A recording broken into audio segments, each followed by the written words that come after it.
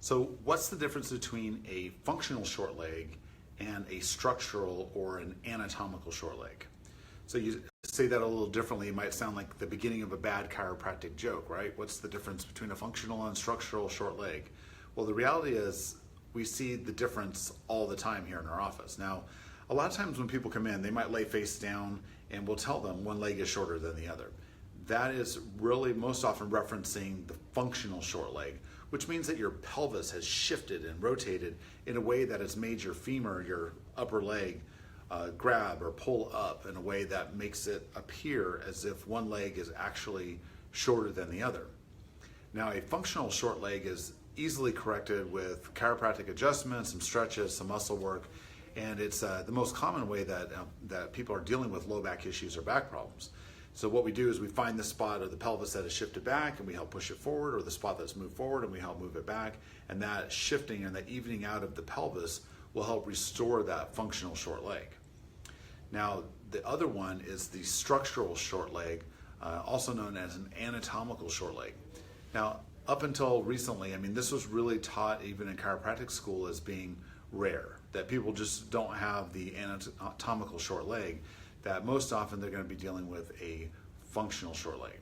So an anatomical or structural short leg means that one leg is actually shorter than the other.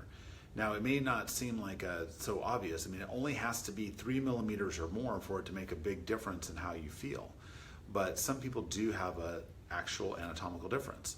Now, sometimes this has happened as a result of a trauma. You know, you've broken your leg, and the leg that healed, it actually grew longer than the other one because of all the increased activity in the bones there. For some people, though, that's just how their legs grew, and they just didn't realize that there was a problem. Now, most people will start to notice a short leg when they're increasing in their activity. So if you sit all day, you may not really even realize that one leg is shorter than the other, but once you start to get active, once you're running or you're walking around more, then you start to notice more back pain or more pain like in the SI joints right there in the pelvis or in the hips or the knees. And so this is something that we do check for here at Core Chiropractic, is that we're going to look for a functional difference as well as an anatomical difference, particularly when patients are coming in with a pelvis problem or a sacroiliac joint problem, or one leg always seems to be tighter or more painful than the other. So functional difference you can adjust, really is just more of the pelvis misalignment. An anatomical difference means one leg is actually shorter than the other and may require some increased heel lifts or something to put in your shoe to help balance you out to keep this problem from coming back. Thanks, we'll see you next time.